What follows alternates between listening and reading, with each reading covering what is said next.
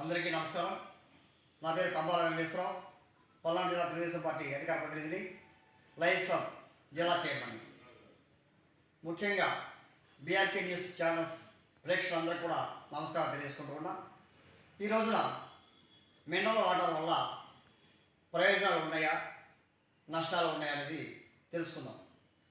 Mineral water అనేది దాంట్లో ఉన్నటువంటి సారం మొత్తాన్ని కూడా తీసేసి పుట్టి నీళ్ళను మాత్రమే మనం తాగుతున్నాం.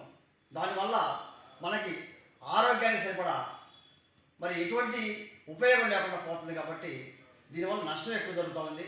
కాబట్టి మినరల్ వాటర్ వల్ల మనం కొడుకు తాగుతున్నామని అనుకుంటాం తప్పితే దానివల్ల ఎటువంటి ఉపయోగాలు లేకపోగా చెడు ప్రభావం పడుతున్నాయి.